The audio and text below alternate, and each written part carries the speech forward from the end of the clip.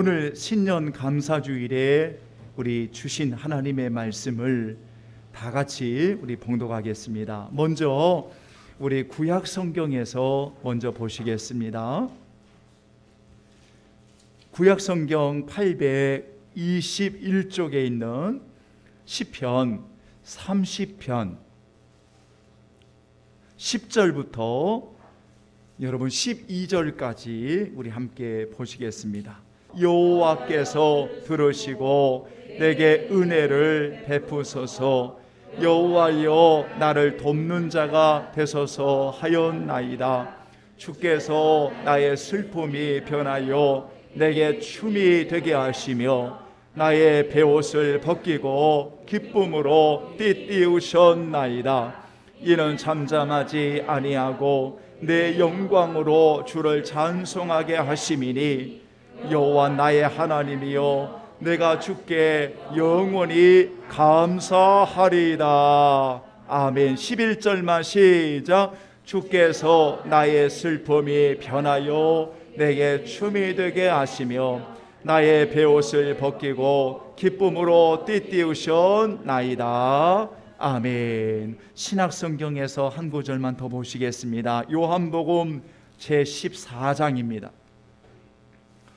요한복음 제14장 27절 28절 신약성경 172쪽입니다. 평안을 너희에게 끼치노니 곧 나의 평안을 너희에게 주노라. 내가 너희에게 주는 것은 세상이 주는 것과 같지 아니하니라. 너희는 마음에 근심하지도 말고 두려워하지도 말라. 내가 갔다가 너희에게로 온다 하는 말을 너희가 들었나니 나를 사랑하였더라면 내가 아버지께로 감을 기뻐하였으리라. 아버지는 나보다 크심이라. 아멘. 여러분 성경 한 구절만 더 찾겠습니다. 16장 요한복음 16장입니다. 22절만. 자, 16장 22절 여러분 꼭 이 말씀 붙드시기 바랍니다. 22절 다 같이 봉독하겠습니다. 지금은 너희가 근심하나 내가 다시 너희를 보리니 너희의 마음이 기쁠 것이요 너희의 기쁨을 빼앗을 자가 없으리라. 아멘. 은혜로우신 하나님, 주의 말씀을 전하고 우리 성도들 주께로 잘 인도하는 목양이 되어지도록 2022년도 붙들어 주시고 앞으로의 모든 목회의 인생의 여정 속에 하나님을 영화롭게 하고 귀한 성도들을 예수님께로 잘 인도하다가 목회 여정 끝나는 날 하나님 앞에 섰을 때에 잘했다고 칭찬받는 허물 많은 부족한 종이지만 잘했어, 착하고 충성된 내 자식아, 이 말씀 들을 수 있도록 최선을 다해 목양하는 하나님 종이 되게 하여 주옵소서. 하나님 영광 받으시기 원하옵고 예수님의 이름으로 기도하옵나이다. 아멘. 오늘 새해의 첫 번째 말씀의 제목을 주님으로 인한 기쁨은 사랑함의 증거입니다. 이런 제목으로 잠깐 하나님의 말씀을 나누도록 하겠습니다. 한번 따라서 합니다. 주님으로 인한 기쁨은 사랑함의 증거입니다. 다시 한번 할까요? 주님으로 인한 기쁨은 사랑함의 증거입니다. 아멘. 우리는 한 해를 시작했습니다. 한 해를 시작하면서 여러 덕담도 오고 가고 있고 또 여러 비전을 꿈꾸고 하나님 앞에 기도하고도 있고 또 새해를 맞이하면 나름대로의 말씀을 의지하고 기도하는 여러 내용들이 우리 사랑하는 성도들에게도 있을 것입니다. 저는 새해를 맞이하는 이 시간에 지난주부터 며칠 전부터 저에게 찾아봤던 감동적인 두 가지의 내용이 있었습니다. 두 가지의 내용이 있었는데, 하나는 말씀의 구절의 감동이었고, 그리고 또 하나는 그저 평범한 시 가운데, 어느 시 가운데 하나의 문장이었습니다. 그런데 어느 평범한 시인이 고백했던 시 가운데 하나의 문장이 제 마음을 그토록 강하게 때릴 줄을 몰랐습니다. 그래서 강하게 제 마음에 다가왔고, 그리고 그 시를 묵상하면서 하나님의 말씀에 비추어서 생각해 봤던 시간들이 있었습니다. 그 중에 루시화라고 하는 시인이 있습니다. 루시화라고 하는 시인이 있는데, 그 시인의 제3집 시집 가운데 나의 상처는 돌이요 나의 상처는 돌 너의 상처는 꽃이라고 하는 제3집의 시집 그 내용 가운데 하나의 그 제목이 하나가 있습니다. 그 제목이 무엇인가 하면 바로 이런 제목입니다. 단 한 개의 기쁨이 1000개의 슬픔을 사라지게 한다라는 시 제목입니다. 단 하나의 기쁨이, 단 한 개의 기쁨이 1000개의 슬픔을 사라지게 한다. 여러분 좀 기억하시겠습니까? 한번 이 제 표현이 아니니까 한번 그대로 옮겨보겠습니다. 따라서 합니다. 단 한 개의 기쁨이 1000개의 슬픔을 사라지게 한다. 네, 이 시 가운데 하나의 문장입니다. 여러분, 도대체 왜 이 시가 그토록 종의 마음을 강타했는지, 그래서 이 시집을 찾아보기 위해서 부단히 노력했는데 벌써 품절해 버렸습니다. 없어져 버렸습니다.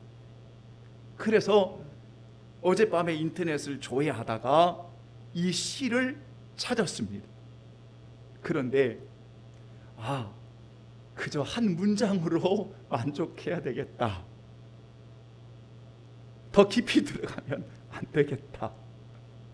그런데 이 한 문장이 저를 강타하면서 2022년도를 열게 하시고 우리에게 주셨던 단 하나의 기쁨이 우리가 말씀을 통해 무엇일까? 여러분, 우리가 사는 이 세상에 1000개의 슬픔을 사라지는 것들이 있게 하는 것이 있을까? 근심을 사라지게 하는 것들이 이 세상에 있을까? 염려가 사라지게 하는 것들이, 걱정이 사라지게 하는 것들이, 슬픔이 사라지게 하는 것들이, 두려움이 사라지게 하는 것들이 우리가 사는 이 세상에 과연 있을까? 우리가 사는 이 유한한 이 세상은 일시적으로 두려움이 떠날 수도 있고, 일시적으로 근심이 떠날 수도 있고, 일시적으로 슬픔이 떠날 수도 있지만, 유일한 그 하나 때문에, 그것 때문에 1000개가 사라지는, 슬픔이 사라지는, 과연 이것이 이 세상에 존재할까? 저는 이 내용을 계속 며칠간을 묵상하면서 내린 결론이 뭐냐면, 유한한 인간은 그렇게 살 수가 없다라는 결론이었습니다. 우리는 오늘 슬퍼하고 또 내일을 슬퍼하고 아니면 앞으로의 일을 보면서 염려할 수밖에 없는 그러한 항상 연약한 존재입니다. 그런데 말씀을 통해서 우리가 한 가지 분명히 고백하고 도움을 구하는 것은, 유일한 영원한 그 기쁨이 우리 안에 충만하면 1000개가 아니라 10,000개가 아니라 그 이상이 우리를 향하여 있다 할지라도 이것이 분명하면 그것은 반드시 사라지게 될 거라고 하는 믿음을 고백하고 선언하고 감사했던 시간을 가졌습니다. 또 하나는 저를 꿈꾸게 하고 그리고 기도하게 했던 말씀이 새벽에 일어났습니다. 바로 그 말씀이 시편 71편 8절이었습니다.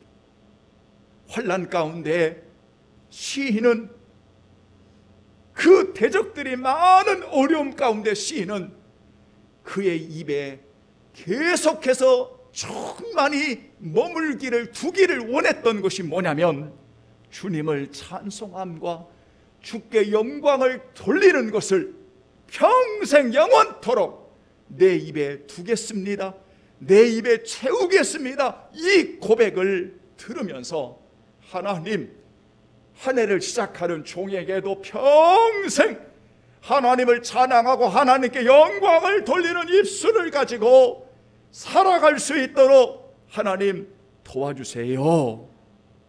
이 고백을 하게 되었고, 그래서 성도들에게 선포하게 하게 하셨고, 이것을 올해를 시작하는 성도들에게 전체 메시지를 다 보내서 우리가 이렇게 평생을 내 입에 두고 하나님을 찬송함과 하나님께 영광을 돌리며 우리 함께 살아갑시다. 여러분, 이 말씀이 종에게 다가왔었습니다. 성도 여러분, 우리는 유일한 단 하나의 기쁨 때문에 이렇게 많은 슬픔을 사라지게 할 수 있을까? 만약 유일한 이 기쁨을 충만히 누릴 수 있다면 우리는 진심으로 그분을 사랑하고 있다고 하는 증거임을 성경은 우리에게 가르쳐주고 있다는 것입니다. 하나님께서 사랑하는 자녀들에게 원하심이 있습니다. 여러분, 무엇을 원하실까요? 사랑하는 성도들이 고통 가운데 그대로 머물기를 원하실까요? 사랑하는 성도들이 그대로 슬픔 가운데, 근심 가운데 머물러 있기를 원하실까요? 아닙니다. 우리는 사랑하는 여정 속에 잠시 고난이 올 수도 있고, 잠시 슬픔이 올 수도 있고, 잠시 걱정과 두려움이 우리 가운데 있을 수 있지만 그것은 영원히 하나님이 원하시는 것이 아닙니다. 도리어 성경은 하나님이 원하시는 것이 무엇인가라고 밝히실 때마다 그 슬픔이 변하여 기쁨이 되기를 원하시는 것이 하나님의 원하시는 뜻인 것을 오늘 우리는 기억하셔야 됩니다. 고통 가운데 있을 때에 그 고통이 변하여 평안을 누리며 살기를 원하시는 것이 하나님의 뜻인 것을 기억하셔야 됩니다. 여러분, 사도 바울은 로마 교회의 성도들에게 편지를 보내면서 그토록 소망의 하나님이 너희들을 향하여 원하시는 것이 있다. 소망의 하나님께서 너희들을 향하여 이것을 원하신다. 그 원하시는 것이 무엇인지 아느냐? 여러분, 하나님의 마음을 기억하시면서 성경 로마서 15장 다 펴시기 바랍니다.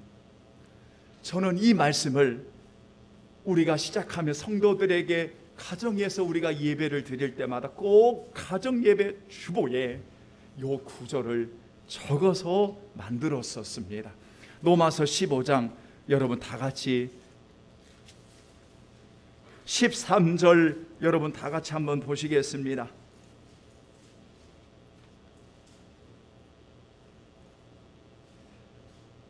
로마서 15장 13절 여러분 다 같이 보시겠습니다. 찾으셨으면 로마서 15장 13절 시작. 소망의 하나님이 모든 기쁨과 평강을 믿음 안에서 너희에게 충만하게 하사 성령의 능력으로 소망이 넘치게 하시기를 원하노라. 아멘. 보십시오.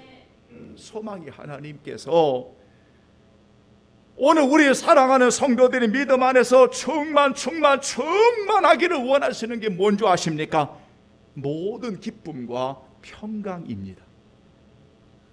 여러분, 그전에도 우리가 보았던 말씀이지만 2022년도를 새해를 열어 사랑하는 우리 모든 성도들에게 하나님이 주시는 모든 기쁨과 평강이 가득 충만하시기를 예수님의 이름으로 축원합니다.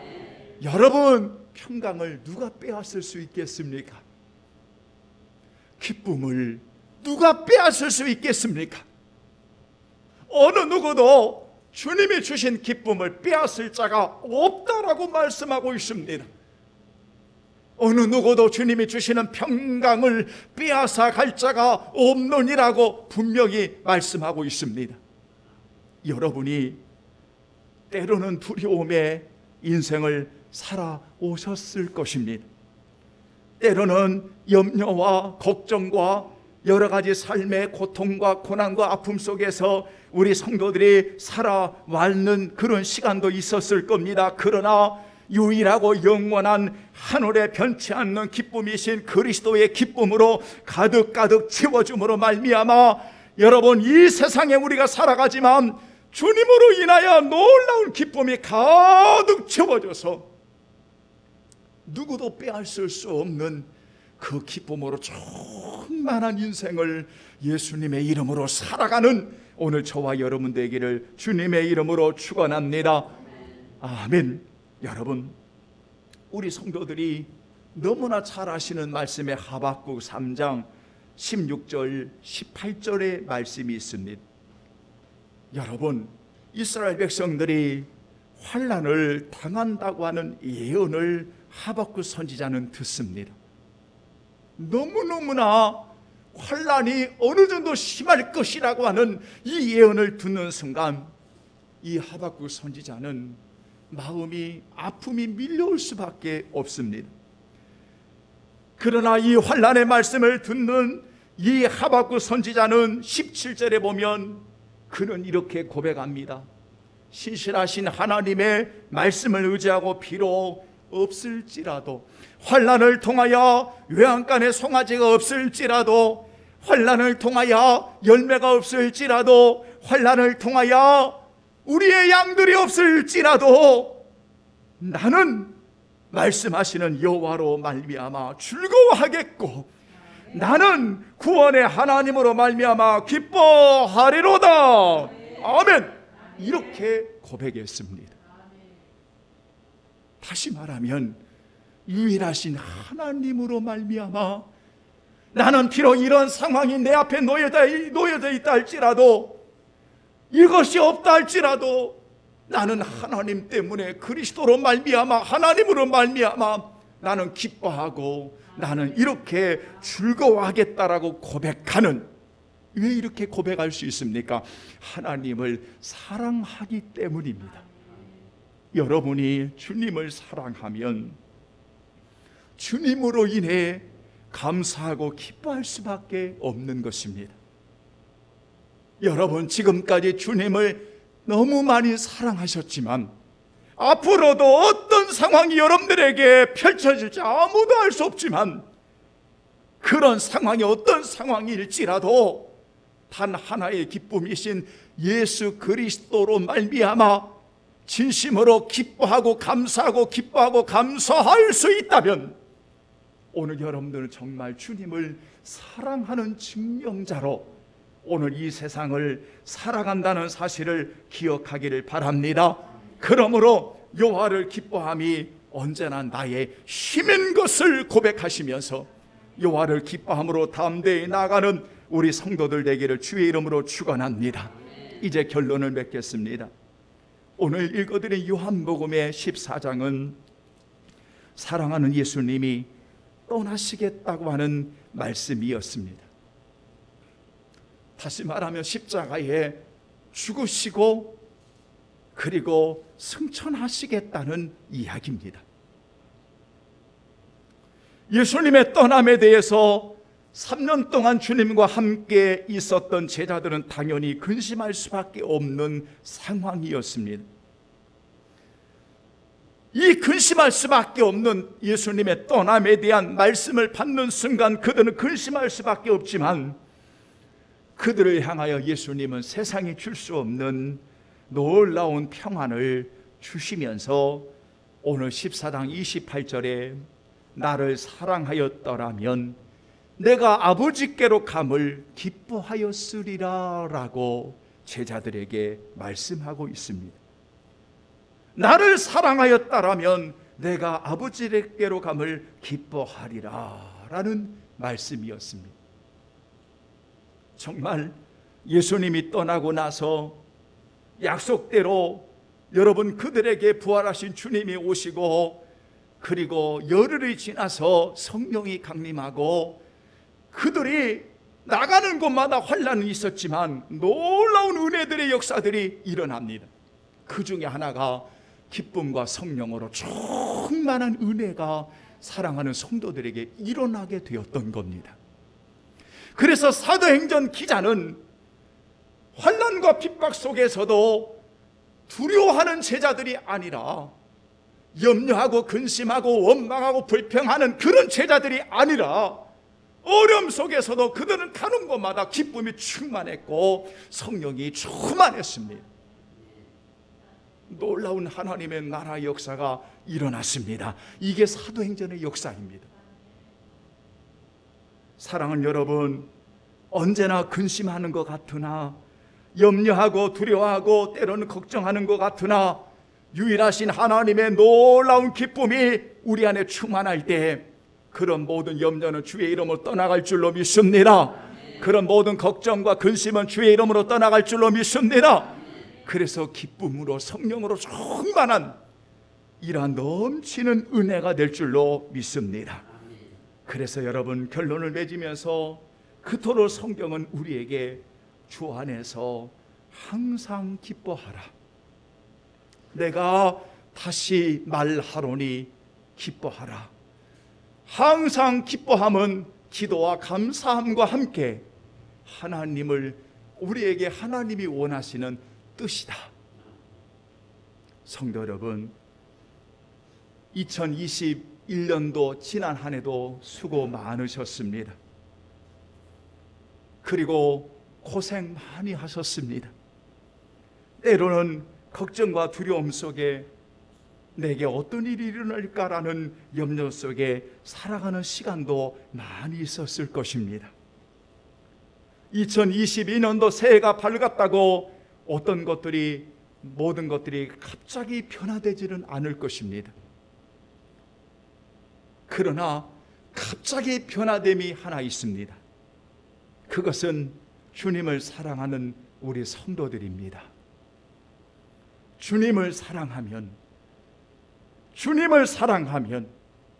그 주님께서 오늘 우리 사랑하는 성도들에게 주시는 것이 있습니다. 그것은 넉넉히 이 세상을 이기며 살아가는 주님이 주신 기쁨입니다. 여러분, 이겨낼 수 있지 않겠습니까? 주님의 주신 기쁨으로 우리는 그 슬픔을 이겨낼 수 있지 않겠습니까? 주님이 주시는 기쁨으로 우리는 두려움을 이겨낼 수 있지 않겠습니까? 주님이 주신 기쁨으로 우리는 이 삶의 고난도 우리는 넉넉히 이길 수 있지 않겠습니까? 그러므로 2022년도를 시작하는 우리 모든 성도들과 목회자에게 오늘 주님으로 인한 기쁨으로 우리 남은 인생 더 주님을 사랑하는, 승리하는 우리 모든 성도들이 되기를 주 예수님의 이름으로 축원합니다. 아멘.